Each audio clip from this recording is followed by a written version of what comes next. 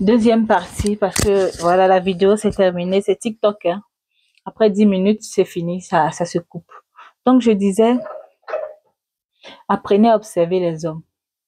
Un homme, faut beaucoup l'observer. Faut pas écouter ses paroles, faut regarder ses actes. D'accord? Et même quand tu regardes ses actes, reste lucide. Reste lucide. D'accord? Reste lucide. Et puis prends ton temps. Ne va pas trop vite en besogne. Vous rencontrez des hommes, une semaine après, vous couchez ensemble. Un mois après, vous couchez ensemble. Souvent même le même jour. Oh, on s'aime. C'est pas parce qu'on couche aujourd'hui que ça veut dire que il va me laisser. On peut coucher même dans un mois, dans 2 mois, et puis après, s'il veut me faire mon groupe, il va me faire mon groupe. Expression débile. Expression qui n'a aucun sens. Expression n'importe quoi. Si tu prends ton temps de l'observer, tu verras. Un homme qui vient pour coucher là, il reste pas longtemps. Si, il reste pas longtemps. Toi-même, tu vas voir, à partir de 1 mois, il va commencer à disparaître. Il va commencer à dire non, j'ai pas le temps, c'est pour ça. Il va rentrer en brousse, comme on dit. Parce qu'il est venu pour coucher. Mais un homme qui est venu pour faire du sérieux, tu vas voir comment il va se comporter. Mais le problème, vous prenez pas le temps d'observer. Vous prenez pas le temps d'observer. Et puis, vous n'êtes pas des femmes, je sais pas comment je vais dire, des femmes de caractère. Être une femme de caractère, c'est pas une femme qui est difficile. Non, tu restes féminine, douce, mais tu dois avoir du caractère, en fait. Il suffit pas qu'on te dise non, oh, moi j'ai envie, comment on dit ça? On te manage un peu et puis directement tu ouvres les jambes. Non, c'est pas comme ça. Que ton nom soit non, en fait. Que ton nom soit non. Tu as rencontré un homme, vous êtes en train de cheminer, ou bien vous êtes amis, voilà, vous commencez vraiment une petite relation. Il te dit, viens chez moi à 22h. Qu'est-ce que tu vas aller foutre chez lui à 22h? Dis-moi. C'est toi, moi, qu'est-ce que tu vas aller faire dans l'appartement d'un homme à 22h? Ah, vous allez regarder un film sur Netflix, c'est ça. C'est ça. Ah, il va te faire des coups du soir, c'est ça. Il va t'apprendre à jouer au piano, c'est ça. Vous êtes naïf ou bien vous faites semblant? Il faut arrêter un peu, mes sœurs. Il faut vous donner de la valeur. C'est quand même beaucoup, 67%. Peut-être que toi, tu me regardes, tu es peut-être dedans, hein. Et ça sera dommage. Ça sera dommage. Peut-être que tu n'es pas une fille légère. Tu as rencontré un homme, tu dis, ah, je l'aime bien, voilà, et puis, il t'a contaminé. C'est quand même triste. Quand vous rencontrez vos partenaires, pourquoi vous avez peur de leur demander de faire le test? Tu rencontres un chéri, un petit ami, tu lui dis, écoute, je veux qu'on aille faire le test. Normalement, il doit accepter. Il ne doit pas s'offusquer. Pourquoi non? Pourquoi tu veux que je fasse le test? Normalement, il doit accepter. Oui, on y va, on fait le test. C'est pas que lui, il va aller faire son test quelque part. Toi aussi, tu vas aller faire ton test quelque part. Non. Tous les deux, main dans la main, vous allez à l'hôpital, vous faites votre test. On est venu faire notre test ensemble. Normalement, c'est comme ça. Mais vous sortez avec des gens, vous connaissez même pas leur statut sérologique. Et même à côté du sida, à côté du VIH-Sida, il y a encore d'autres maladies. Vous vous protégez pas. Ah, jeunesse ivoirienne.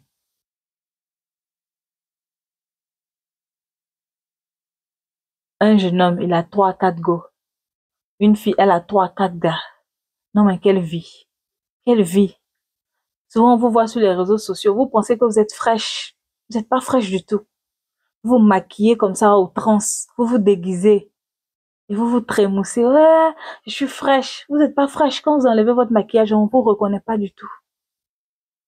Vous n'avez même plus la peau ferme. Regardez-vous, vous n'avez même plus la poitrine ferme à force d'aller d'homme en homme. Beaucoup même parmi vous n'avez même pas encore connu ce que c'est que l'enfantement. Mais regardez comment vous êtes. Regardez comment vous êtes. Regardez comment vous êtes. À force de faire des avortements, d'aller d'homme en homme. Vous savez, les hommes là,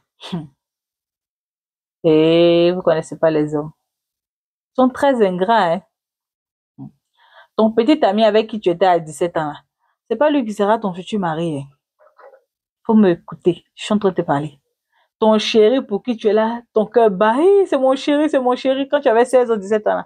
Est-ce que c'est lui qui est ton mari? C'est lui qui est ton mari. Pourtant, il te disait que tu étais sa femme, tu étais la femme de sa vie, non? Ah. Donc, tu comprends que c'est du n'importe quoi. Il faut te préserver, ma soeur. C'est le conseil que je peux te donner. Il faut te préserver. Un homme qui dit qu'il t'aime, tu dis, viens voir mes parents. Viens voir mes parents. On fait la dot. On choisit des dates pour le mariage civil, religieux, et c'est bon. Faut pas qu'il reste là derrière, il reste au portail, il reste là dehors, pour te dire les je t'aime, sans saveur.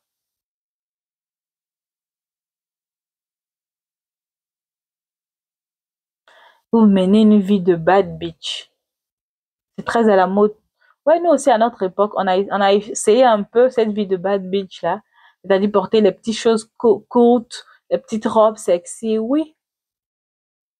Mais malgré qu'on faisait ça, on était sages. On était intelligente.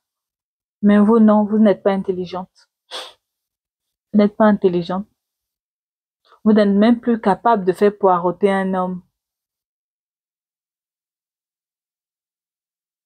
Avant, quand un gars te drague, il doit taper au moins une année. Au moins 2 années. Il y en a même, ils vont, ils reviennent, ils vont, ils reviennent, ils vont, ils reviennent. Ils tapent poteau. C'est poteau, poteau.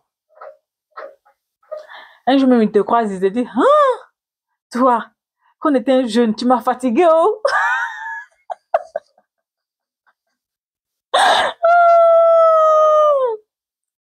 Toi, quand on était jeune, tu m'as fatigué de, hey, tu es inoubliable jusqu'à sa mort, tellement tu l'as fatigué. Mais vous, pour un petit 5 000 francs, pour un petit 10 000 francs, vous vendez comme ça, vous vous donnez comme ça à petit prix. Comment ils vont vous respecter? Écoutez, dans la vie, quand tu veux qu'on te respecte, tu dois apprendre à te respecter toi-même. Comment toi, en tant que femme, tu te lèves, tu vas dormir aujourd'hui chez Paul, demain tu dors chez Pierre, après tu dors chez Cadet, après tu dors chez Kwame. Tu te respectes pas en fait, ma soeur. Tu te respectes pas. Oui, les hommes aussi sont fautifs. Ils vont de go en go. Mais moi, je veux te parler à toi, ma soeur. Je veux vous parler à vous, mes soeurs. Parce que pour eux, là, on voit pas. Oh. Pour eux, là, on voit pas. Mais pour toi, là, on va voir. On finira par voir. Et comment? Par une grossesse. C'est toi qui vas arrêter tes études. C'est toi, tes projets seront suspendus. Toi qui vas te promener avec un bébé au dos.